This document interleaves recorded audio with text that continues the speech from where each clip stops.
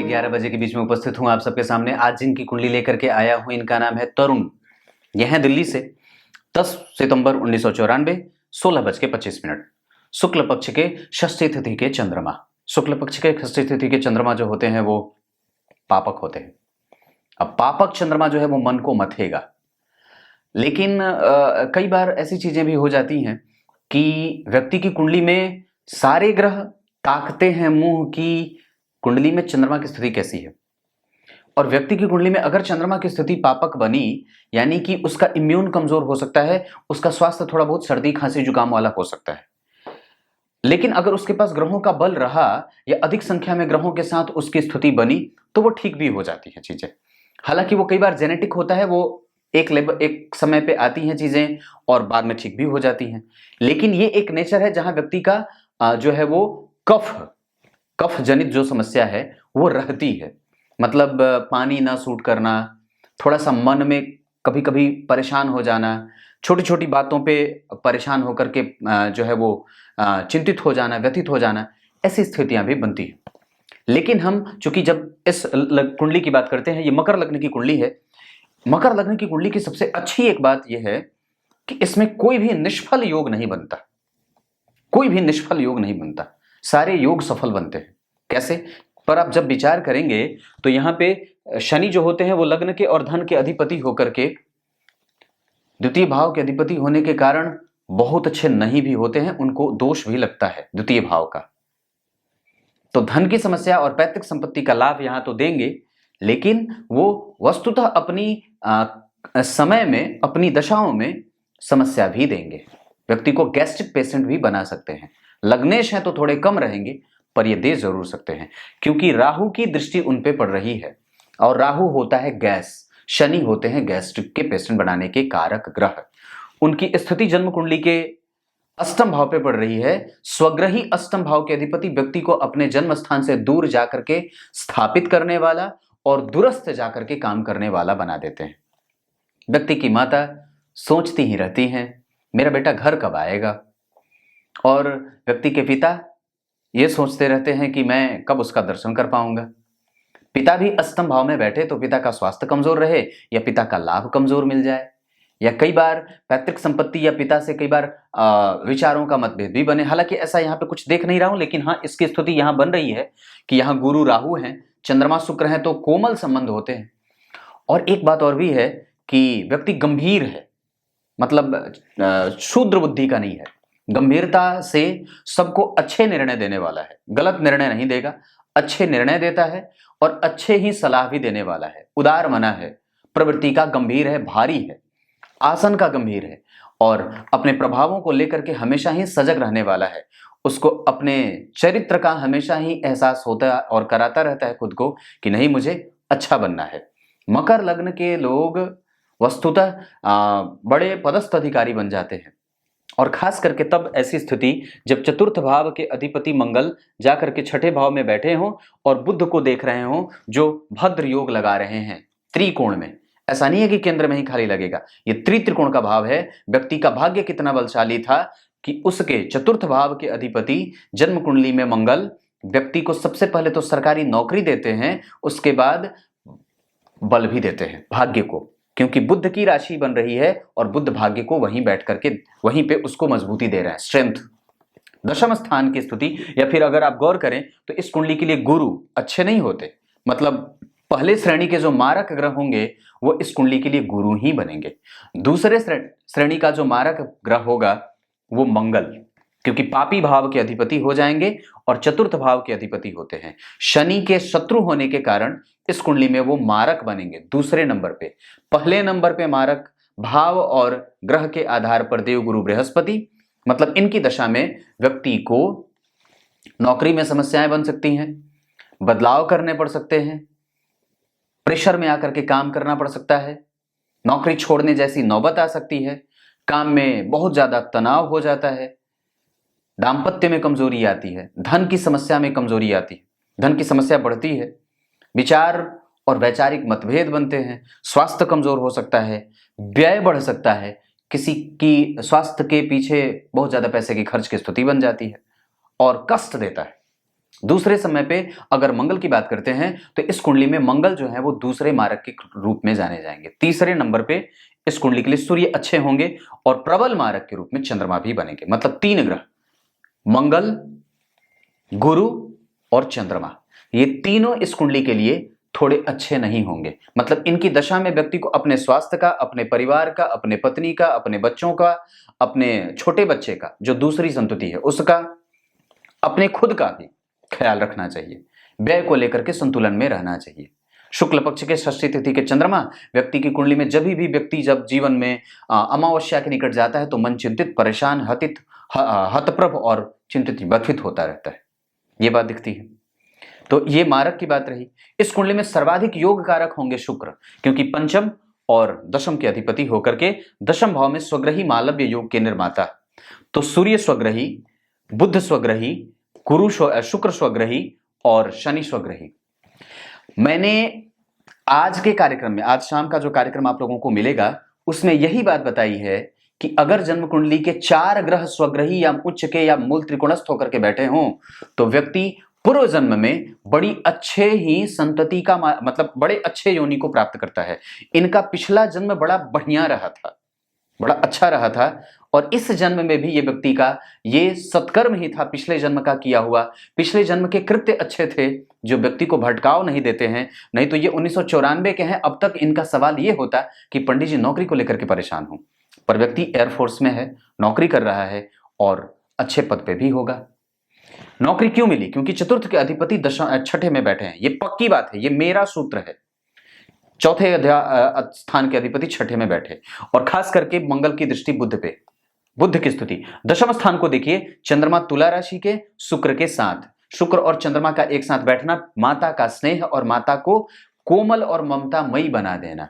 हमेशा ही माता का ध्यान अपने बच्चे पे टकटकी लगाए रहता है और देखता रहता है कब आएगा कब आएगा, अब ही आ जाएगा, ये बात है।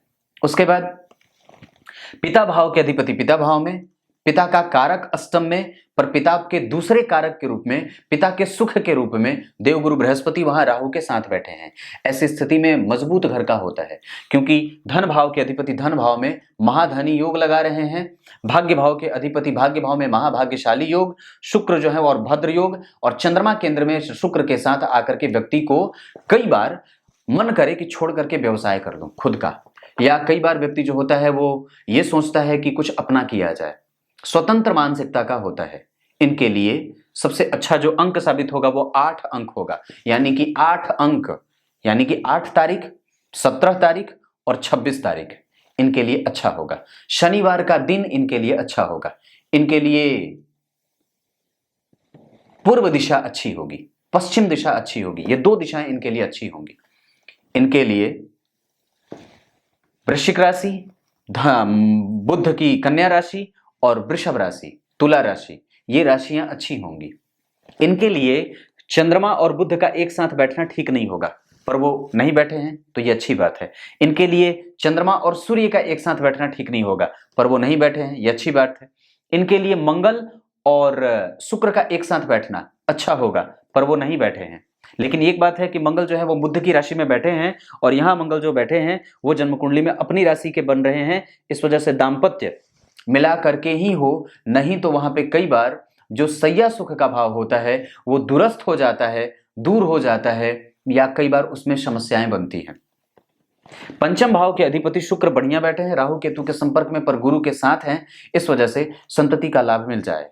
पर एक बात और भी बताऊंगा तो इनकी कुंडली में कोई भी ग्रह अस्त नहीं है, और कोई भी ग्रह अगर देखता हूं तो भाव बल के मतलब बल के अवस्था में तो सूर्य वृद्ध के होकर के बैठे हैं। इस वजह से व्यक्ति जो होता है वो बहुत ज्यादा घोर विरोधी नहीं होता है किसी भी चीज का, वो बैलेंस बना करके चलता है, साम्य बना लेता है और गंभीरतम स्थिति को प्राप्त करने वाला होता है। एक बात और भी कहूंगा कि इनकी कुंडली में चंद्रमा वृतप्राय है, इस वजह से सर्दी, खांसी, जुकाम, फेफड़ा और कई बार व्यक्ति का जो घुटना होता है वो प्रभावित करता है। मुखड़ा अच्छा है, व्यक्ति लंबा हो सकता है, और मंगल वृद्ध हैं, इस वजह से पराक्रम और शौर्य थोड़ा है कम, या हो सकता है कि थोड़ा आलस्य हो, रात भर जागना हो या दिन में सोना हो, ऊँघते रहना हो, ये बात भी बनती है। पर व्यक्ति जीवन में आने वाले किसी भी विपरीत परिस्थिति का 100% बहुत ही अच्छे तरीके से और अनुभव से युक्त होकर के उसका लाभ प्राप्त कर लेता है। विपरीत से विपरीत परिस्थिति का अपने अनुकूल कैसे उसे लाभ लेना है, ये उसे बहुत अच्छे तरीके से पता है। पर इतनी बात जरूर है कि राहु अगर केंद्र में बैठे हैं और चंद्रमा के साथ बैठे हैं और वहां पे प्रबल जो है वो ग्रहण के योग बन रहे हैं, तो व्यक्ति का चंद्रमा कमजोर जरूर है। शिव जी की पूजा इनके लिए करनी और करवानी चाहिए। महीने में एक बार अभिषेक जरूर हो जाए तो बड़ी अच्छी बात है, या अमोघ शिव कवच का पाठ व्यक्ति के लिए किया जाए, या व्यक्ति स्वयं प्रत्येक सोमवार को जरूर कर दिया करे। उसके बाद अगर बात करते हैं बुध की, तो बुध और गुरु डिग्री में जो है वो युवावस्था को धारण करके बैठे हैं। इस वजह से व्यक्ति को इनकी दशाओं में लाभ मिल सकता है। बुध इनकी कुंडली के लिए भाग्य और छठे भाव के अधिपति होते हैं, और यहाँ पे बैठे हैं मंगल जो लाभ के अधिपति होकर के बैठे हैं। इस वजह से व्यक्ति कभी किसी को पैसे ना दे, नहीं तो अटक जाए। लाभेश का छठे भाव में जाना, लाभेश छठे में बैठे, मंगल वृश्चिक राशि जिसके अधिपति मंगल जाकर के जन्म कुंडली के छठे भाव में बैठे हैं, ये दारिद्र योग लगा देते हैं। व्यक्ति कई बार पैसे जब दे देता है, चाहे फ्लैट खरीदने के लिए हो, जमीन खरीदने के लिए हो, कोई प्रॉपर्टी अपने नाम करने के लिए हो, तो पैसे अटक जाते हैं। इस वजह से कई बार उसको दूसरों के नाम पे, पत्नी के नाम पे, माता के नाम पे, पिता के नाम पे ही खरीदने का प्रयास करना चाहिए। अपने से बड़े भाइयों के साथ संबंधों को लेकर के हमेशा ही सजग होना चाहिए, ये बात बनती है। छोटे भाई बहनों के साथ संबंध हमेशा ही अच्छे रहेंगे। कजन वगैरह के साथ संबंध कभी कभी कमजोरी को प्राप्त कर जाते हैं, उस पर ध्यान देने की आवश्यकता है। कुटुंब का सुख हमेशा रहेगा। व्यक्ति की वाणी गंभीर है, व्यक्ति का प्रभाव गंभीर है, व्यक्ति का स्वभाव गंभीर है। सूर्य और शनि का क्लैश होना वहां पे कई बार व्यक्ति को बड़ा उच्चतम और अधिकार संपन्न बना देगा। पुरस्कार प्राप्त करता है व्यक्ति, अवार्ड कई मिले होते हैं या मिलने की संभावना भी है, ऐसी बात बनती है। गुरु के बाद अगर शुक्र की बात करता हूं तो शुक्र कुमार अवस्था के बैठे हैं और शनि युवा अवस्था के। ऐसी स्थिति में इनके प्रभावों में व्यक्ति जब भी आएगा। अब एक बात और भी बताऊं तो यहां पे आकर के इनकी स्थिति अच्छी होगी, लेकिन गौर करिए तो श्रवण नक्षत्र के दूसरे चरण में इनका जन्म हुआ है, जिसके अधिपति, उस चरण के अधिपति शुक्र होते हैं।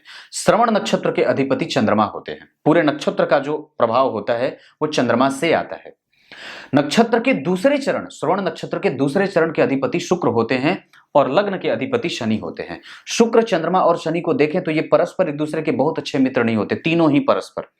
इस वजह से शनि की दशा में व्यक्ति को लाभ तो मिल जाता है, पर शुक्र की दशा में व्यक्ति को लाभ इस वजह से मिलता है क्योंकि योग कारक होते हैं और शुक्र और शनि परस्पर मित्र भी होते हैं, पर चंद्रमा नहीं होते। इस वजह से कई बार चंद्रमा की दशा भी व्यक्ति को परेशान करने वाली या व्यक्ति को समस्या में डालने वाली हो जाती है। उसके बाद अगर आप गौर करते हैं, इनकी कुंडली में व्यय भाव के अधिपति दशम में आकर के धन को देख रहे हैं, धन का व्यय होता रहे। चतुर्थ को देख रहे हैं, इस वजह से माता का स्वास्थ्य कई बार पेट से संबंधित समस्या से ग्रसित होता रहे। नवी दृष्टि से जन्म कुंडली के छठे भाव को देख रहे हैं, इस वजह से व्यक्ति कम से कम वहां पे अपनी बुद्धि का बल, अपने बुद्धि का प्रभाव विकसित करके अपने प्रत्येक प्रकार के बनने वाले विपरीत परिस्थिति को अपने अनुकूल कर ही लेता है। अगर जन्म कुंडली में लग्नेश को देखते हैं तो यहाँ स्वग्रही और यहाँ पे शनि जो है वो जन्म कुंडली में स्वग्रही हो रहे हैं, यानी कि बलवान और बलशाली। ऐसी स्थितियां व्यक्ति की कुंडली में शनि की दशा को और भी ज्यादा उत्तरोत्तर वृद्धि को प्राप्त करने वाली, और व्यक्ति की कुंडली में उनकी दृष्टि यहां पड़ रही है, ऐसी स्थिति में व्यक्ति को सर्वस्व लाभ भी देते। लेकिन यहाँ के अधिपति का छठे में जाना व्यक्ति के माता को रोगी बना देते हैं, क्योंकि वहां पे राहु और चंद्रमा का प्रभाव भी है। व्यक्ति की माता अनुभवी हैं और धार्मिक होने का प्रभाव और प्रमाण भी मिलता है, क्योंकि गुरु और शुक्र देख रहे हैं। वो शुक्र जो जन्म कुंडली में वस्तुतः व्यक्ति के प्रभाव को और भी ज्यादा अनुभव से जोड़ने वाले हो जाते हैं। तो व्यक्ति की माता अनुभव से संपन्न है और विदुषी हो सकती है, मतलब समझदार व्यक्तित्व की। एक बात और है, शुक्र स्वग्रही तो व्यक्ति को न तो ऐश्वर्य की चिंता है, न तो धन की चिंता करनी चाहिए, न तो सुख की चिंता करनी चाहिए, न तो दाम्पत्य के खराब होने का कोई भाव और गुण दोष देख रहा हूं। ये बहुत अच्छा है, क्योंकि हाँ, एक ही मात्र समस्या, वो चंद्रमा है कमजोर। इस वजह से मन बड़ा व्यथित होता है और चिंतित परेशान होता है। बाकी न तो गुरु कमजोर है, गुरु इस वजह से कमजोर होंगे क्योंकि वो जन्म कुंडली में बहुत अच्छे नहीं होते, और इस कुंडली के लिए वो जो सर्वाधिक शुभग्रह होता है किसी भी कुंडली के लिए, वो गुरु, देव गुरु बृहस्पति तुला के होकर के राहु के साथ बैठे हैं। तो व्यक्ति कई बार पूजा पाठ में भरोसा ना करे या बड़ों की बात को मानने से इनकार कर दे, अपने धुन का करे, अपने धुन में रमा रहे, किसी दूसरे की बात ना माने, पूजा पाठ से थोड़ा दूर हटे, और कई बार उसको अपने जवानी का अहम हो जाता है या युवावस्था का अहम या घमंड सा हो जाता है। व्यक्ति के ऊपर इस बात का प्रेशर हमेशा ही रहेगा। लग्न बली है, लग्न कमजोर नहीं है, तो व्यक्ति जो है वो उदारवादी है, कर्म से अपने भाग्य को बल देने के पक्ष में या उसके बारे में तर्क करता है। लेकिन गौर करने की बात है कि आपका धर्म अच्छा है, आपके पूर्वजों का आशीर्वाद जो कि भाग्य कहा जाता है वो आपके पास है। आपको हमेशा ही अपने पूर्वज जो राम हैं, जो कृष्ण हैं, जो परशुराम हैं, जो वामनावतार हैं, सूर्य आपकी कुंडली में वृद्ध है, तो संस्कारों की कमी भी झलक रही है। और कमी दी नहीं गई है ऐसा नहीं है, व्यक्ति उसको मेंटेन नहीं कर रहा है या फिर उलझा हुआ है भौतिकीय अवस्थाओं में। तो पूजा करने का, पाठ करने का, मंत्र जप करने का और इस चीज को आगे भी बना करके रखने का एक दबाव आपके ऊपर हमेशा रहेगा। मतलब ये दारोमदार आपको लेकर के चलना होगा हमेशा कि मुझे मंत्र जप करना है, सूर्य को अर्घ देना है, मंदिर का दर्शन करना है, घर के पूजा पाठ में मुझे शामिल होना है, वहां पे अपनी जो है उपस्थिति मजबूती से दर्ज करानी है, बैठ करके एकांत में 10 मिनट अपने आप को वक्त देना है। इस बात का दबाव आपके ऊपर हमेशा ही रहेगा, क्योंकि गुरु राहु के साथ होते हैं तो व्यक्ति गाहे बगाहे कई बार इन सब चीजों से दूर हो जाता है। तो ये नहीं होनी चाहिए। शुक्र और चंद्रमा दांपत्य अच्छा रखवाते हैं, और यहां पे शनि का बैठना स्वग्रही, लग्न में बुध का बैठना और जन्म कुंडली में सूर्य का बैठना, व्यक्ति की पत्नी बुद्धिमान और सरस बुद्धि की होती हैं और वाक चातुर्यता का भाव रखने वाली और कर्म में कर्मठता का भाव जोड़ने वाली और कर्म में सहयोगी। बिना कुंडली मिलाए विवाह मत करिएगा, 12वां भाव प्रभावित हो रहा है। यहां पे चंद्रमा का बैठना, दांपत्य कभी भी कितना भी होगा टूटेगा नहीं। दशमांश कुंडली में लग्न में मंगल का उच्च का होना, यह व्यक्ति को एयरफोर्स, नेवी और इन सब क्षेत्रों में, टेक्निकल डिपार्टमेंट में या किसी भी क्षेत्र में व्यक्ति को लाभ देता है।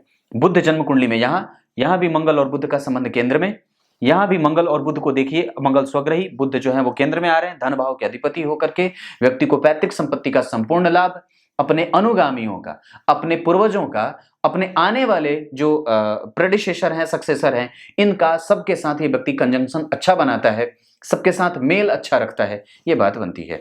लग्न के अधिपति का धन भाव में जाना व्यक्ति को गंभीरता से विचार करके निर्णय लेने वाला, जल्दबाजी से नहीं निर्णय लेने वाला बनाते हैं। हालांकि मंगल का प्रभाव राहु से प्रभावित है, क्रोध करेगा तो फिर किसी की सुनेगा नहीं, ये बात भी बनती है, क्योंकि राहु अपनी 9वीं दृष्टि से यहां देख रहा है, राहु की 5वीं दृष्टि यहां, तो व्यक्ति को कई बार मति बुद्धि को भ्रमित करने वाला, गलत निर्णय लेने वाला। तो इस वजह से जब भी निर्णय लें तो अपने पूर्वजों से पूछें, अपने पिता से पूछें। आपके पिता भाव के अधिपति जो बनते हैं वो बनते हैं शुक्र, जो वहीं बैठे हैं। पिता भाव ठीक है, पर पिता का कारक अष्टम में बैठा है, उनको भी मजबूत अवस्था का ही दिखा रहा है, ये बात दिखती है।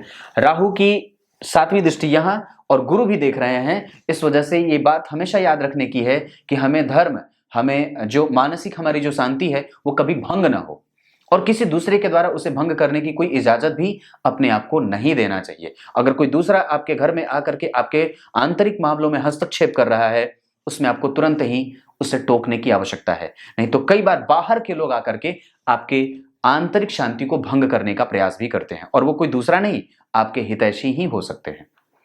उसके बाद राहु की यहाँ पे दृष्टि पड़ रही है, यहाँ पे राहु का भी प्रभाव है, गुरु का भी प्रभाव है, मंगल का भी प्रभाव है, तो मंगल यहाँ पे शनि का भी प्रभाव होगा, क्योंकि वस्तुतः जो देखिए तो शनि यहाँ से पंचमस्थ होकर के बैठे हैं, इस भाव से केंद्र में शुभ ग्रह बैठे, इस भाव से केंद्र में कोई ग्रह नहीं, इस भाव का बल बढ़ा रहे हैं बुध, और इस भाव का बल सूर्य भी बढ़ा रहे हैं। इस वजह से व्यक्ति प्रतियोगिता को प्राप्त करता है और अच्छे तरीके से प्रतियोगिता में सफल भी हो जाता है। उसके पास साहस है, उसका अदम्य बल और शौर्य से युक्त होकर के मंगल उसको पराक्रमी बना रहे हैं। दशम भाव में इस व्यक्ति को समझिए, इनकी कुंडली में दशमांश कुंडली को, ये व्यक्ति अगर नौकरी में है तो क्यों है? पहली तो बात यहां चतुर्थ के अधिपति का छठे में जाना और बुध को देखना, मंगल की दृष्टि उच्च की लग्न पे, यह भी व्यक्ति को जो है वो टेक्निकल डिपार्टमेंट से ये जोड़ करके रखता है या टेक्नोलॉजी के क्षेत्र में पारंगतता हासिल कर देता है, करवा देता है।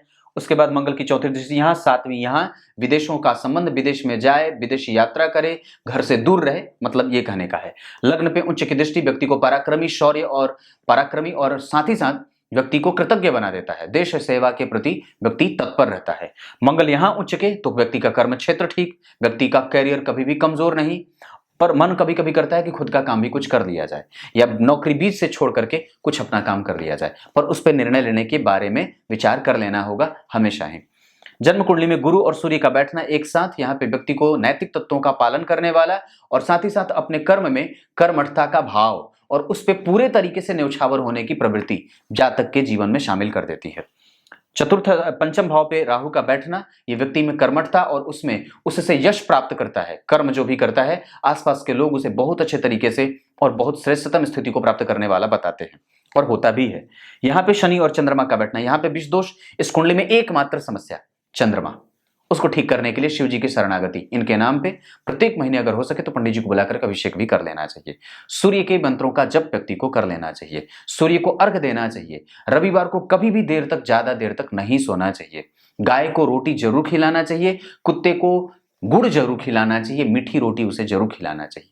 ये कुछ उपाय हैं। और अगर हो सके तो मकर लग्न के हैं, हनुमान चालीसा का पाठ, आपकी राशि तुला की है, इस आधार पर आपके ऊपर ढैया का भी प्रभाव है, तो मुझे तो लगता है कि हनुमान जी की आराधना भी करनी चाहिए। मैं आपको एक ही मंत्र दूंगा, उस मंत्र का आपको हमेशा जप करना चाहिए। इस कुंडली में दशाओं में अगर देखता हूं तो मैंने बताई, चंद्रमा की दशा कमजोर जाएगी, सूर्य की दशा 25% का परिणाम कमजोर जाएगी, 25% तक अच्छी रहेगी। मंगल जो है वो कमजोर हैं इस कुंडली के लिए, मारक होंगे तो बच के रहना होगा। बुध की दशा, गुरु की दशा अच्छी जाएगी, चाहे कितने ही ये खराब है। खराब भावों के अधिपति होने के बावजूद इनकी दशा हमेशा अच्छी जाएगी। अगर व्यक्ति को संतति पैदा करना हो तो बुध की दशा का इंतजार कर ले। अगर व्यक्ति को संतति पैदा करना हो तो गुरु की दशा का इंतजार करना हो। विवाह करना हो तो जन्म कुंडली के आधार पर चंद्रमा की दशा का इंतजार कर ले। अगर अभी की बात करता हूं तो अभी व्यक्ति के ऊपर से बुध की दशा चल रही है, विवाह के योग अभी भी चल रहे हैं। विवाह के योग 2027 तक आराम से अभी चल रहे हैं, आप आराम से विवाह कर सकते हैं। 2024 के 9वें महीने तक विवाह कर सकते हैं। 2024 के 9वें महीने के बाद और भी अच्छा योग आ जाएगा विवाह का। और अभी भी बुध में बुध का अंतर चल रहा है 2021 के चौथे महीने से। अगर हो सके तो प्रत्यंतर में, या फिर अगर गोचर की बात करते हैं तो तुला राशि के गोचर में अभी कुंभ के तो नहीं, पर शनि जो है अभी और गुरु मकर राशि के गोचर कर रहे हैं, तो आगे आने वाले 1 से 2 से 3 महीने में और भी अच्छी स्थिति बन जाएगी विवाह की। बात बढ़िया बन रही है। दाम्पत्य खराब नहीं है, दाम्पत्य ठीक है। शुक्र और बुध का प्रभाव है, शनि स्वग्रही बुध लग्न में बैठे हैं और सप्तम स्थान के अधिपति मंगल राहु के साथ है। कुंडली मिला लेना आवश्यक होगा, पर दाम्पत्य टूटेगा नहीं और दाम्पत्य कमजोर नहीं है। नौकरी को लेकर के कभी भी चिंता नहीं करनी है, इस बात की श्योरिटी मैं देता हूं और बिल्कुल क्लैरिफिकेशन के साथ ये बात कहता हूं, व्यक्ति का सबसे अच्छा जो क्षेत्र बन रहा है वो करियर वाला ही बन रहा है। कुंडली में एकमात्र ग्रह जो कमजोरी को प्राप्त कर रहा है वो हर जगह चंद्रमा है, जो व्यक्ति के प्रतियोगिता को बढ़ा रहा है, जो खुद से ही कई बार व्यक्ति लड़ बैठता है। तो ये स्थिति बनती है। कुछ इसी तरीके से आज के कार्यक्रम का समापन करते हैं। तब तक के लिए बहुत बहुत नमस्कार।